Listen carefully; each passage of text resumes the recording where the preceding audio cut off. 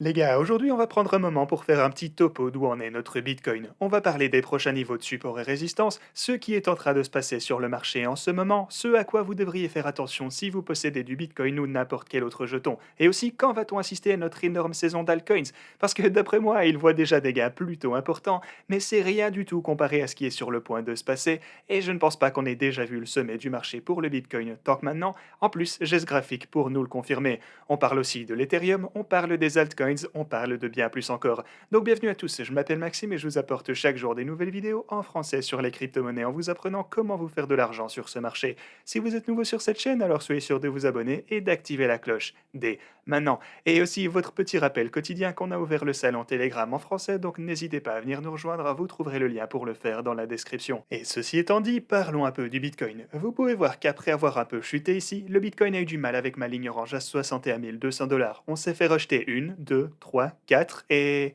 ben voyons si cette chandelle va finalement pouvoir se clôturer au-dessus de ce niveau, ce qui serait finalement un bon signe. Alors si on dézoome, tout ça n'a pas l'air si terrible, ça pourrait être pire, mais c'est quand même très clair que oui, on s'est bel et bien fait rejeter par le niveau de la boîte orange ici, une fois encore.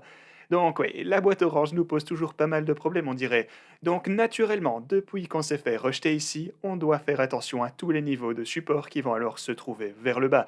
Donc, vous avez premièrement celui à 61 100 $, vous avez 59 300 et 57 700 $ en bas. Donc, surveillez bien tout ça et le niveau le plus important est ici, bien sûr, à la boîte orange. Si jamais on rechute jusque-là, alors je m'attends encore une fois à ce qu'on ne le touche, qu'on y trouve du support et que de là on retente une poussée, exactement comme on l'a vu ici en chutant, trouvant du support à la boîte orange et ensuite on a pu avoir une nouvelle tentative.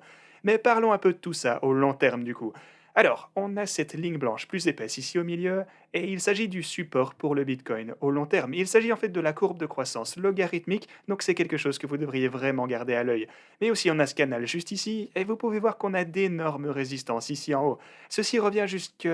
Parce qu'on est sur l'intervalle journalier ici, donc on revient tout au bout jusqu'en juin, avec quelques points de contact ici en bas, et on en a aussi quelques-uns en haut également. Donc si on assiste bel et bien à une grosse correction, eh bien alors vous pourrez probablement vous attendre à ce que ceci se comporte comme un énorme support. Donc à ce point, genre si on a cette grosse chute ici, alors ce niveau devrait se trouver quelque part aux alentours de 55 à 60 000 $. Donc c'est pas si mal les gars, on a toujours quelques tours dans notre sac.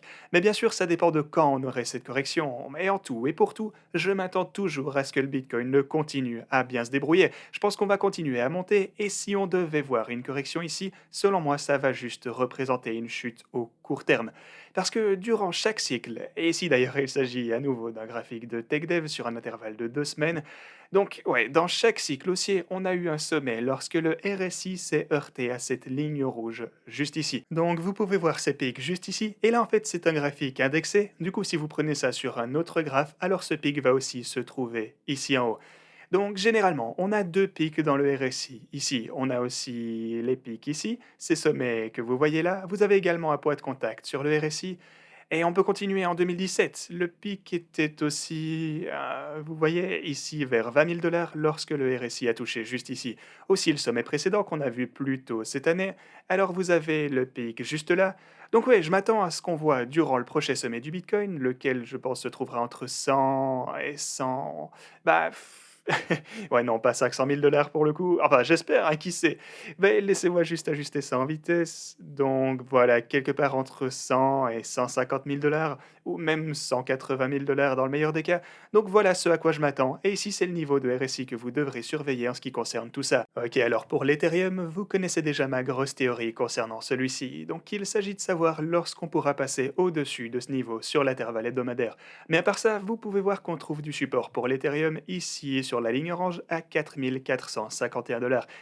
Ce qui est en fait en train de devenir un support extrêmement fort, regardez. Donc voyons si ça peut tenir, j'espère que ça va être le cas. On savait que ça allait être un niveau important, donc continuez bien à surveiller tout ceci.